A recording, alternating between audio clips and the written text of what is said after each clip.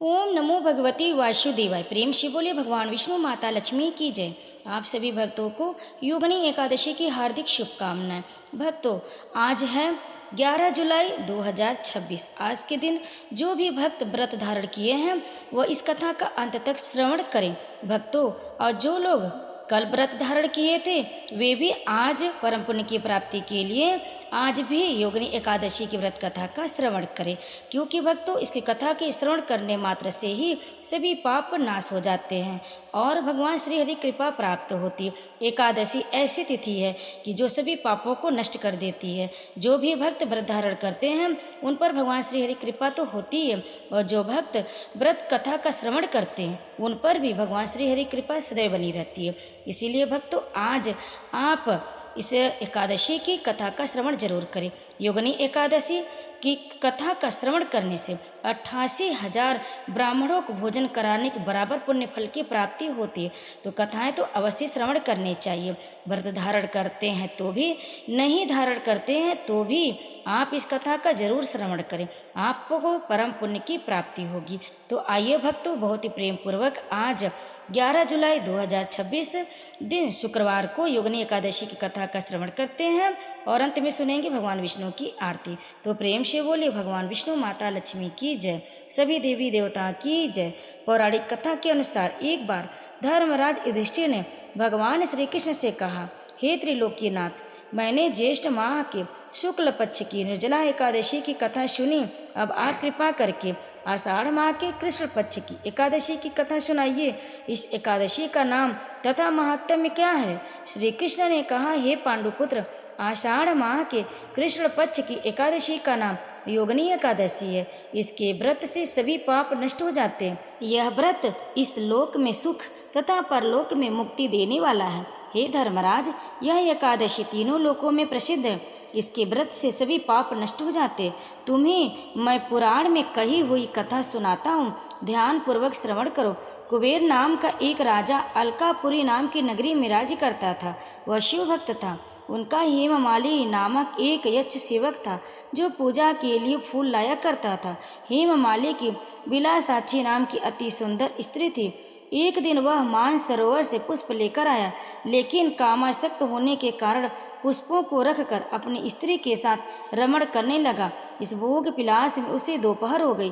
हेममाली की राह देखते देखते जब राजा कुबेर को दोपहर हो गई तो उसने क्रोधपूर्वक अपने सेवकों को आज्ञा दी कि तुम लोग जाकर पता लगाओ कि हेममाली अभी तक पुष्प लेकर क्यों नहीं आया। जब सेवकों ने उसका पता लगा लिया तो राजा के पास जाकर बताया, हे राजन, वह हेममाली अपनी स्त्री के साथ रमण कर रहा। इस बात को सुन राजा कुबेर ने हेममाली को बुलाने की आज्ञा दी।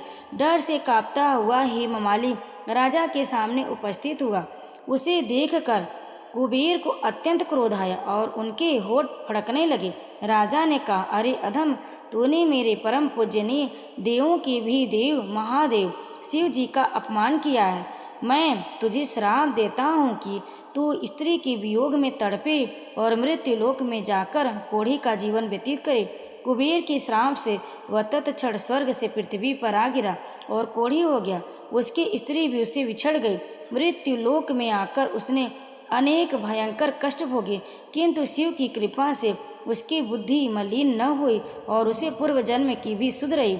अनेक कष्टों को भोगता हुआ तथा अपने पूर्व जन्म के कुकर्मों को याद करता हुआ वह हिमालय पर्वत की तरफ चल पड़ा। चलते चलते वह मार्कंडेय ऋषि के आश्रम में जा पहुंचा।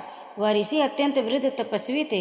वह दूसरे ब्रह्मा के समान प्रतीत हो रहे थे और उनका वह आश्रम ब्रह्मा के सभा के समान शोभा दे रहा था। ऋषि को देखकर हेममाली वहां गया और उन्हें प्रणाम करके उनके चरणों में गिर पड़ा। हेममाली को देखकर मार्कंडेय ऋषि ने कहा, तूने कौन से निकृष्ट कर्म किए हैं जिससे तू कोढ़ी हुआ और भयानक कष्ट भोग रहा? महर्षि की बात सुनकर हेममाली बोला, हे मुनिश्रेष्ठ, मैं राजा कुबेर का अनुचर था। मेरा नाम हेममाली है। मैं प्रतिदिन मानस सरोवर से फूल लाकर शिव पूजा के समय कुबेर को दिया करता था। एक दिन पत्नी रमण के सुख में फंस जाने के कारण मुझे समय का ज्ञान ही नहीं रहा और दोपहर तक पुष्प न पहुंचा सका। तब उन्होंने मुझे श्राप दिया कि तू अपनी स्त्री को वियोग और मृत्यु लोक में जाकर कोढ़ी बनकर दुख भोग। इस कारण मैं कोढ़ी हो गया हूँ तथा पृथ्वी पर आकर भयंकर कष्ट भोग रहा हूँ। अतः कृपया करके आप कोई ऐसा उपाय बतलाइए जिससे मेरी मुक्ति हो। मार्कंडेय ऋषि ने कहा, हे हेममाली, तूने मेरे सम्मुख सत्य वचन कहे, इसलिए मैं तेरे उद्धार के लिए एक व्रत बताता हूँ। यदि तू आषाढ़ माह के कृष्ण पक्ष की योगिनी नामक एकादशी का विधान पूर्वक व्रत करेगा तो तेरे सभी पाप नष्ट हो जाएंगे। महर्षि के वचन सुने हेममाली अति प्रसन्न हुआ और उनके वचनों के अनुसार योगिनी एकादशी का विधान पूर्वक व्रत करने लगा। इस व्रत के प्रभाव से अपने पुराने स्वरूप में आ गया और अपनी स्त्री के साथ सुख पूर्वक रहने लगा। भगवान श्री कृष्ण ने कहा, हे राजन, इस योगिनी एकादशी की कथा का फल 88,000 ब्राह्मणों को भोजन कराने के बराबर है। इसके व्रत से सभी पाप नष्ट हो जाते और अंत में मोक्ष प्राप्त करके प्राणी स्वर्ग का अधिकारी बनता है। तो प्रेम से बोलिए भगवान विष्णु की जय, माता लक्ष्मी की जय। भक्तों, अब आइए सुनते हैं भगवान विष्णु की आरती। ओम जय जगदीश हरे, स्वामी जय जगदीश हरे। भक्त जनों के संकट, दास जनों के संकट क्षण में दूर करे। ओम जय जगदीश हरे, जो धावी फल पावे, दुख बिन से मन का, सुख संपत्ति घर आवे, कष्ट मिटे तन का। ओम जय जगदीश हरे, मात पिता तुम मेरे, शरण गऊँ किसकी, स्वामी शरण गऊँ किसकी, तुम बिन और न दूजा, आस करूं जिसकी। ओम जय जगदीश हरे, तुम पूरन परमात्मा, तुम अंतर्यामी, स्वामी तुम अंतर्यामी, पार ब्रह्म परमेश्वर, तुम सबके स्वामी। ओम जय जगदीश हरे, तुम करुणा के सागर, तुम पालन करता, स्वामी तुम पालन करता। मैं मूर्ख खल कामी, मैं सेवक तुम स्वामी, कृपा करो भरता। ओम जय जगदीश हरे, तुम हो एक अगोचर, सबके प्राणपति, किस विध मिलूं दया में, तुमको मैं कुमति। ओम जय जगदीश हरे, दीन बंधु दुख हरता, तुम ठाकुर मेरे, स्वामी तुम ठाकुर मेरे। अपने हाथ उठाओ, अपने शरण लगाओ, द्वार पड़ा तेरे। ओम जय जगदीश हरे, विषय विकार मिटाओ, पाप हरो देवा, स्वामी पाप हरो देवा। श्रद्धा भक्ति बढ़ाओ, संतन की सेवा। ओम जय जगदीश हरे, तन मन धन और संपत्ति सब कुछ है तेरा, स्वामी सब कुछ है तेरा। तेरा तुझको अर्पण, क्या लागे मेरा। ओम जय जगदीश हरे, जगदीश्वर जी की आरती जो कोई नर गावे, कहत शिवानंद स्वामी, मन वांछित फल पावे। ओम जय जगदीश हरे, स्वामी जय जगदीश हरे। ओम जय जगदीश हरे, स्वामी जय जगदीश हरे।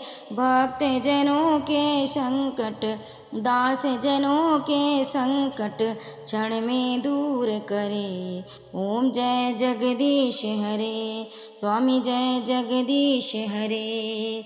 त्वमेव माता च पिता त्वमेव, त्वमेव बन्धु च सखा त्वमेव, त्वमेव विद्या द्रविणं त्वमेव, त्वमेव सर्वं मम देवदेव। श्रीकृष्ण गोविन्द हरे मुरारी, हे नाथ नारायण वासुदेव। श्री कृष्ण गोविंद हरे मुरारी, हे नाथ नारायण वासुदेव।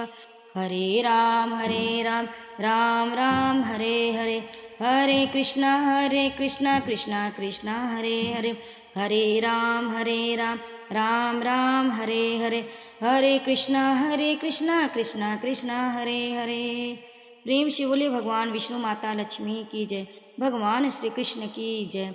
भक्तों, कथा को अंत तक श्रवण करने के लिए आप सभी भक्तों का बहुत बहुत धन्यवाद। अगर आपको हमारी कथा पसंद आई तो वीडियो को लाइक ज़रूर करें, शेयर करें, कमेंट में जय श्री हरि लिखकर और हमारे चैनल को सब्सक्राइब जरूर कर लें। आप सभी भक्तों पर भगवान विष्णु माता लक्ष्मी कृपा सदैव बनी रहे। आप सभी भक्तों को योगिनी एकादशी की हार्दिक शुभकामनाएं। जय श्री कृष्ण, राधे राधे।